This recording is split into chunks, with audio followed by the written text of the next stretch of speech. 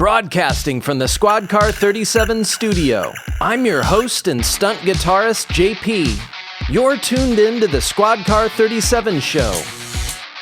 The Squad Car 37 show is a series where we meet musicians and creators to discuss tips, tools, and the creative process.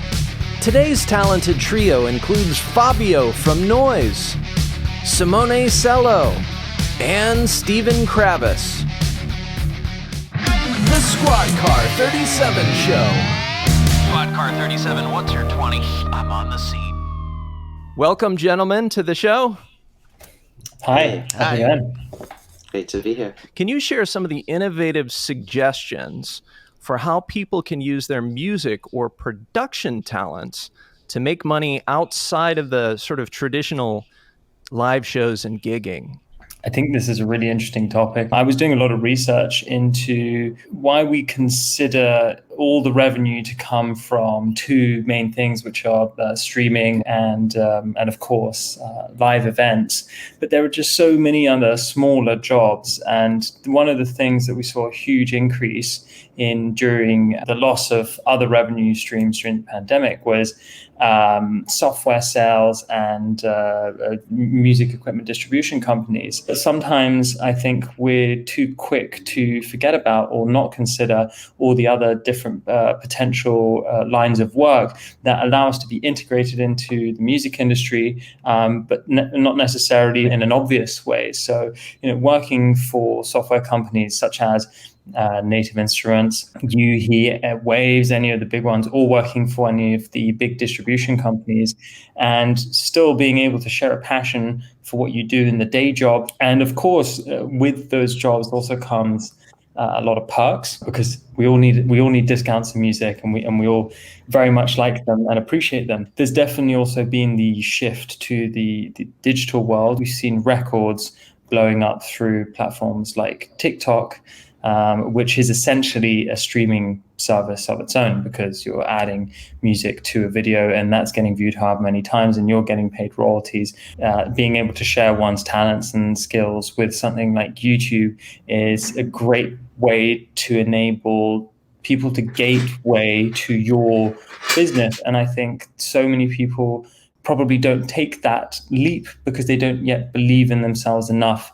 Yeah, that is so awesome. And Fabio, you are doing all of those things. And by the way, as a Logic user, I've learned a ton from your tutorials online. And one of the other things that I've noticed you doing recently, and I'm now a customer of yours, is your racks. Can you talk a little bit about that? It's a combination of allowing people to focus more on the songwriting, more on the production, less on the mixing, by giving them this broad stroke set of dials to be able to sculpt their signal, and also giving them a cheaper alternative, which gives them that control. Well, so I just downloaded your Vocal Bus rack, and it's awesome. It is awesome. Thank you.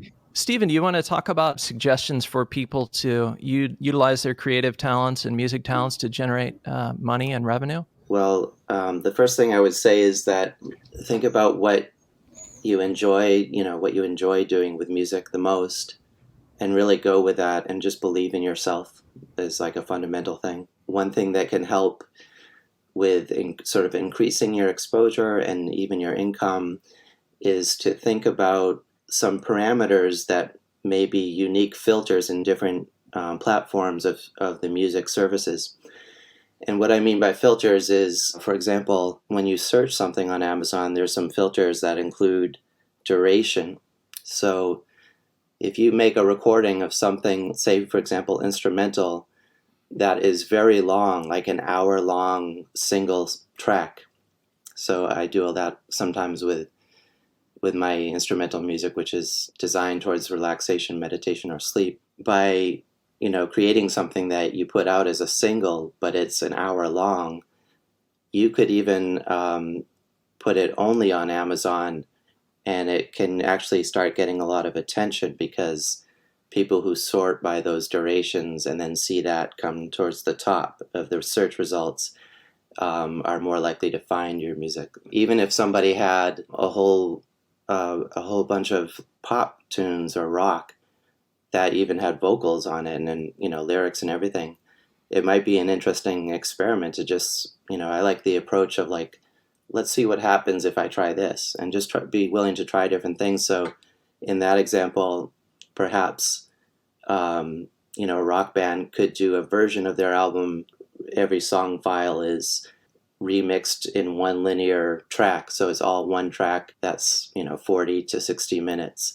And you might be surprised at people who want to let that play and listen through your whole album as the complete work that it was intended to be. I can give you one example.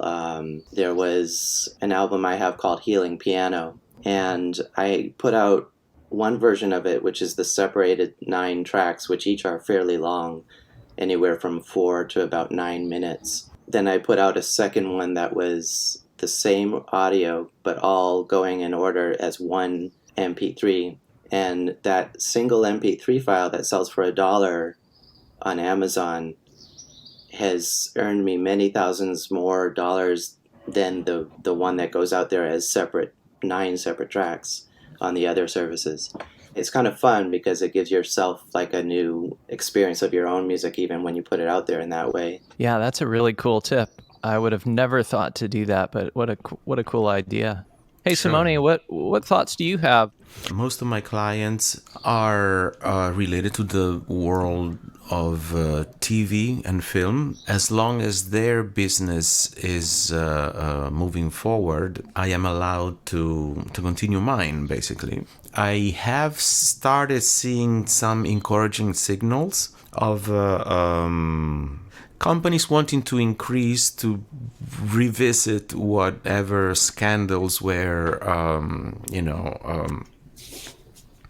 pretty well known as far as like paying very little for to the artists for the intellectual property and all that.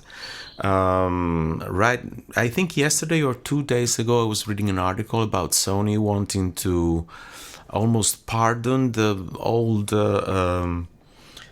money debts that some artists used to have, so that they can unlock the revenues generated directly from streaming in 2021 and going forward. I think these are encouraging signs that should suggest that on a going forward basis, I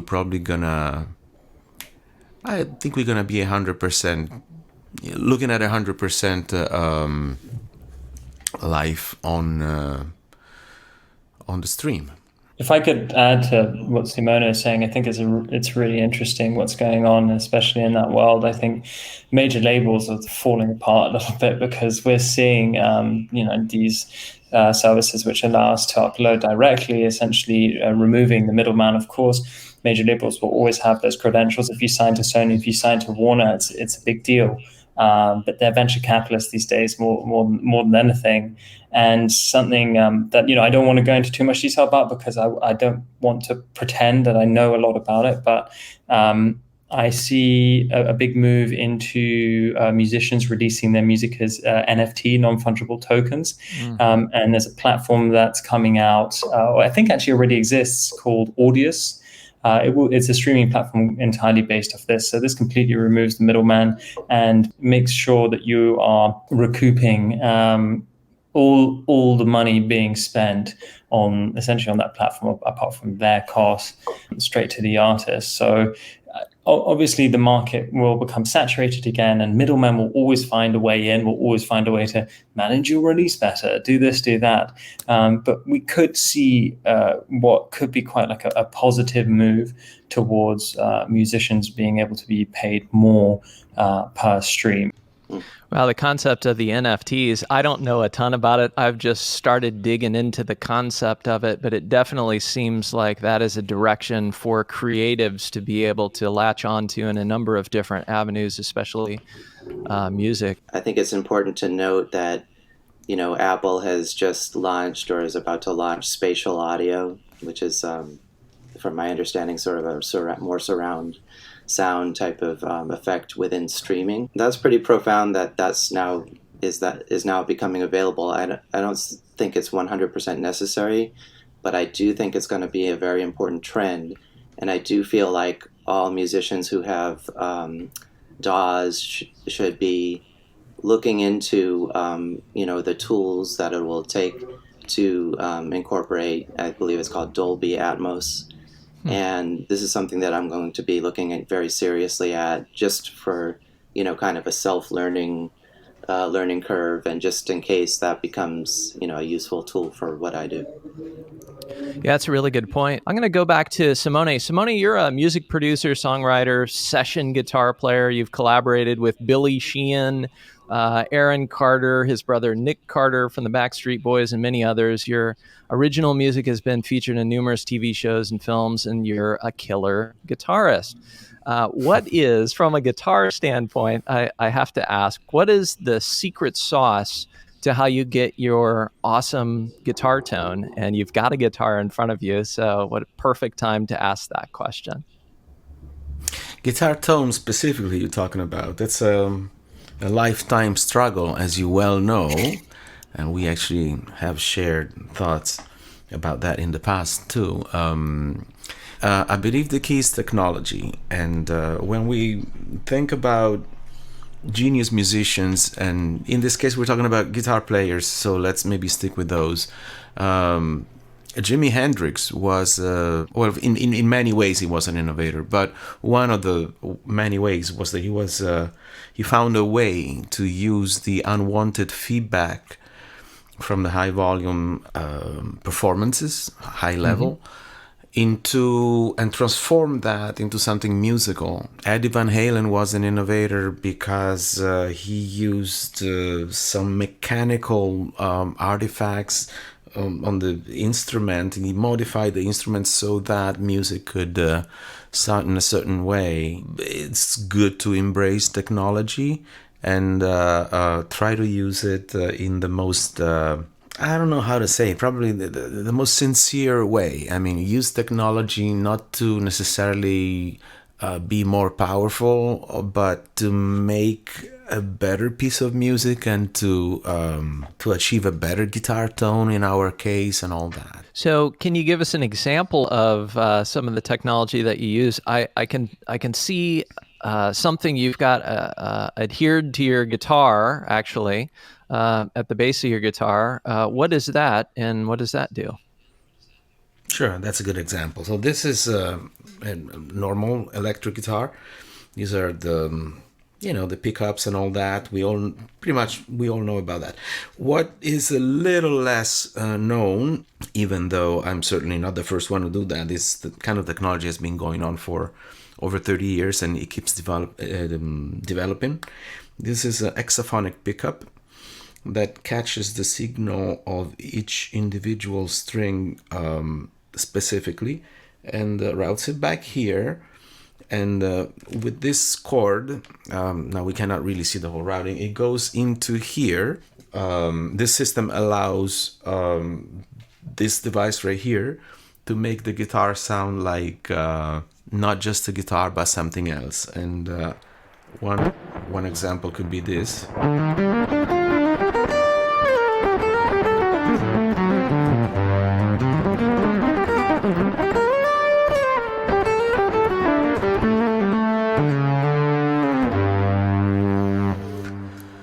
Like in this example, this is kind of like a synthesizer sound. Of course, it's more like maybe a horn mixed with some guitar elements, and of course the guitar fretboard and my own personal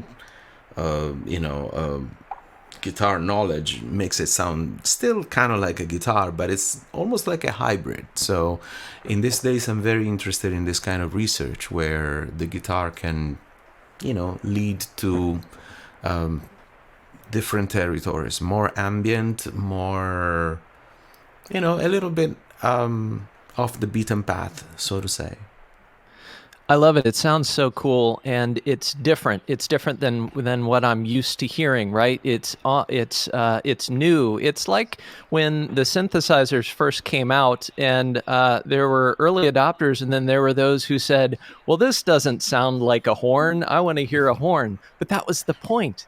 it's not supposed to sound like something else. It's supposed to sound like something new and give you a new creative frontier. Perhaps that's how I sort of look at it. And what's also interesting to me is the guitar you're playing, that style, the Stratocaster style.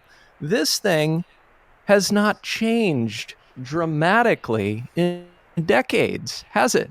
Really? So finding ways to integrate with sort of foundational, in this case, a guitar instrument, and add nuance to it, I think is really exciting.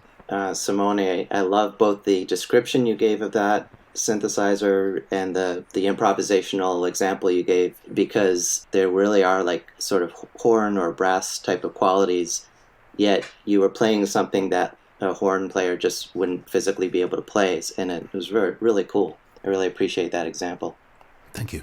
And tossing it to you, Stephen, we all experience some level of anxiety and stress in our lives, right? And I was wondering if you could tell us about your other moniker, meditation music, and how you're using music to help. Sure. I'm almost 54 now, but back when I was about 18, a friend I met told me that her brother taught transcendental meditation. I had never heard about it, but I went and I learned about it. And it's just one of the many great forms of meditation. And in this particular one, it's just the repetition of a sound in your mind. Over the years, I think what I've realized is that it just becomes more of that sound or whatever you focus on during a meditation, whether that be that or if you do like a breathing technique, it just distracts you from what you're thinking about that might be in the future or what you're thinking about that might be in the past, and helps bring you very present. So it's a very satisfying feeling. So my meditation definitely influenced aspects of my music, and I just started to realize that wouldn't it be nice to almost go the other way and play music from a place of that feeling of presence and just record it at the same time and then share that with others and see, hopefully my hope is just that it can bring some relaxation, even a meditative state, or even just help with some of those very common, sleep disorders where so many people that we all know, and I've had this too, where you feel like you just can't sleep when you need sleep. So I actually started making some recordings where I would almost test it on myself and say, like, does this put me into that kind of state of mind also? When I started the moniker meditation music, I wanted something that would be more focused on the more ambient sounds compared to my music under my name, Stephen Cravis, which tends to be more, sometimes has more arranged sounds or more, active sounds that might have more layers or might just be piano.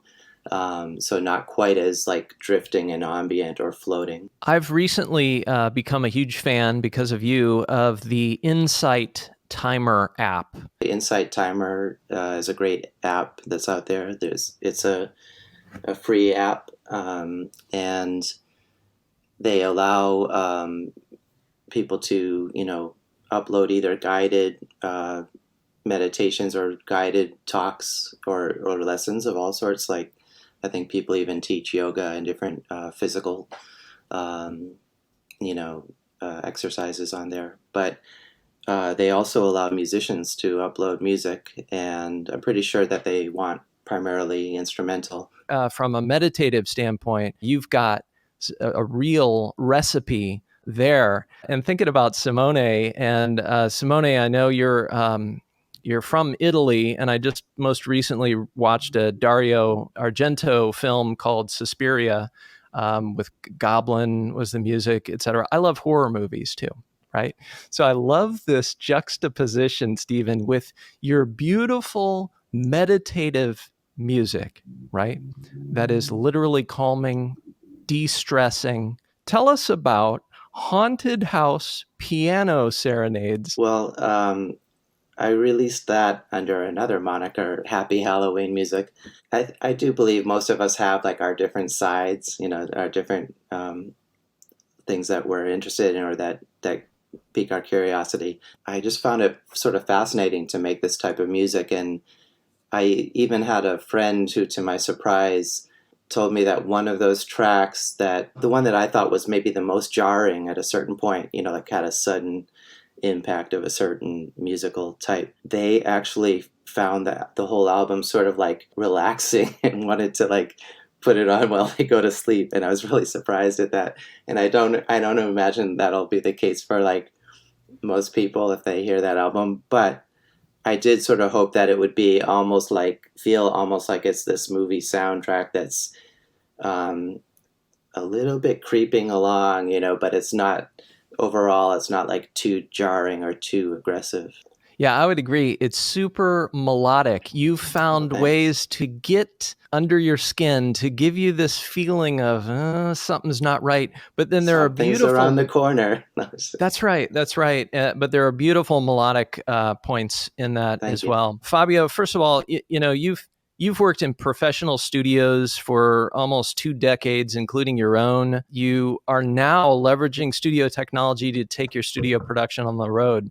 Tell us about your experience being sort of a musical nomad. There was a slightly scientific approach to what I was doing. I recognized that when I was in my studio, wherever that would be, sort of back in London, every month or so, I found myself rearranging things. And it was that idea that novelty creates a dopamine hit, and then that dopamine hit makes you more productive. And I thought, what if I was able to take this to an extreme? What if I was able to try and do a different location every month, if that were feasible and possible? So that's what I've been working on this year. It's been amazing. It has its limitations. It is difficult. There is a lot of snobbery in music. There is a lot of, this doesn't mean that all high-end studios are obsolete. Those spaces are still very concentrated working spaces in which you can get a lot done. But because it's just me on the road with my setup, it's been very exciting. And I hope that by sort of sharing my journey with people and what I'm doing, that also inspires them to recognize that, you don't need all the best kit in the world and the best acoustically treated room to do what you love. Well, that's awesome. That sounds like such a fun way to explore the world, go on an adventure, and create music and give back. Congrats, by the way, on having your Kaios music project featured on BBC Radio 1 as part of a Future Stars segment. I love the retro synth sounds on Awaken and the orchestral elements in Dynasty.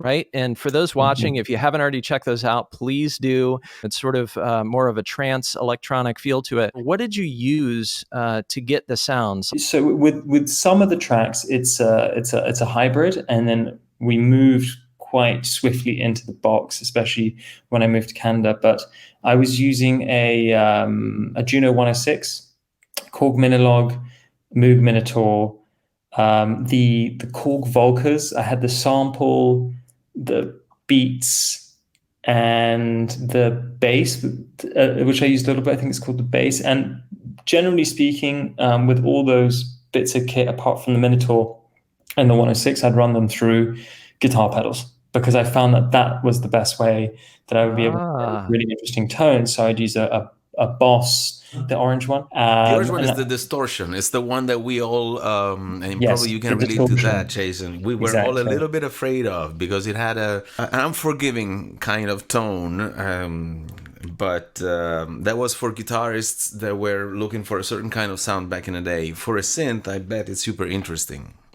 My friend also lent me the OCD pedal. He said it's a famous one. It was a couple of distortion pedals, and then the Digitech Polara and the Digitech Obscura, from which I was able to create these soundscapes. And most of the stuff was recorded in live, so we'd send the MIDI out from the computer into the synthesizers, so the melodies would be playing through the synthesizers, and then the pedals would be, you can't automate them, right? So you just have to twist the dials as you record and hope for the best, and a few takes, and you kind of get into the space where you want to and can create these beautiful soundscapes.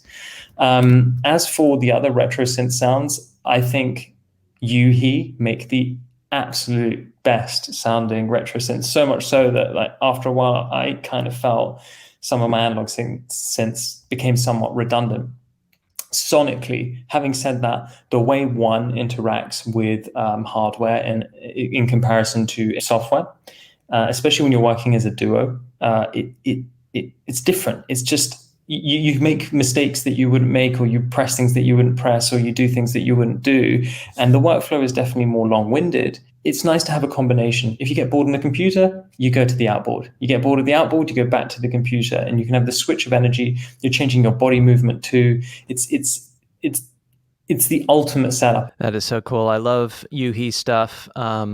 Diva, that's a pretty sweet synth too. Yeah. Amazing. And this next segment I call Hot Pursuit. I'm on hot pursuit.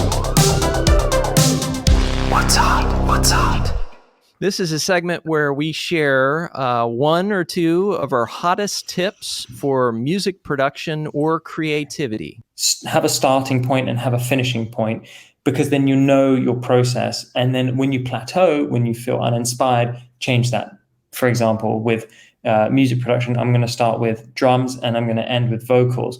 But then you might be, hey, you know what, this is uninspiring. This time I'm going to start with chords and then I'm going to end with drums. So setting limitations and working within them, purely because DAWs are unlimited per se, and that actually is a real burden on creativity. It doesn't create any creativity.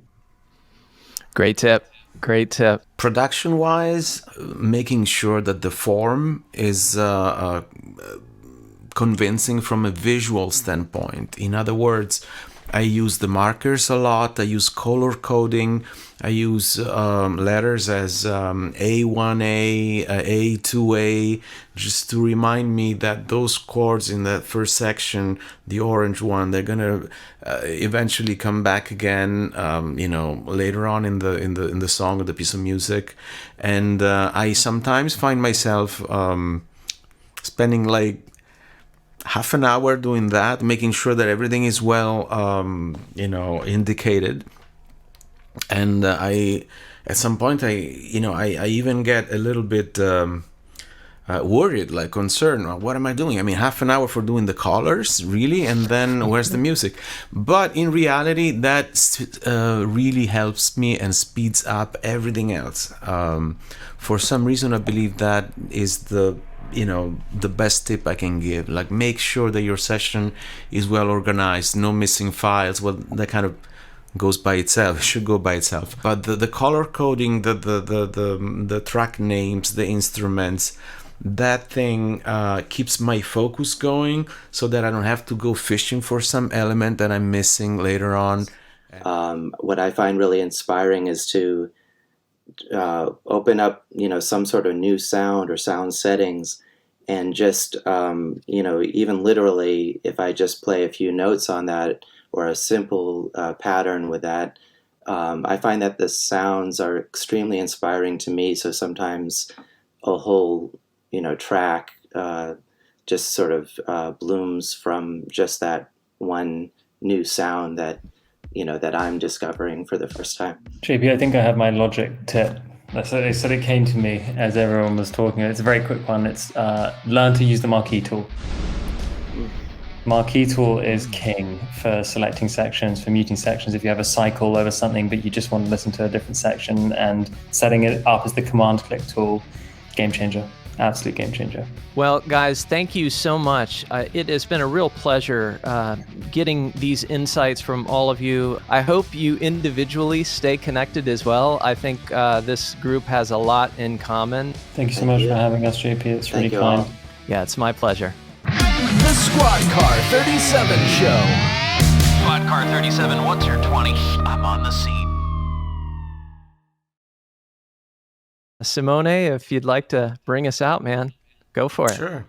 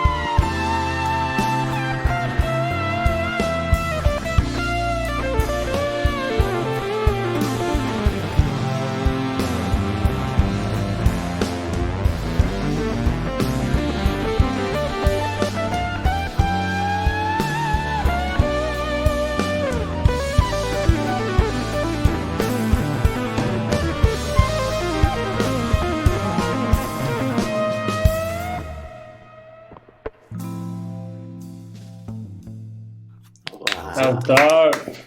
Unbelievable. Bravo. Beautiful. Love Beautiful Thank you very tune. much. you.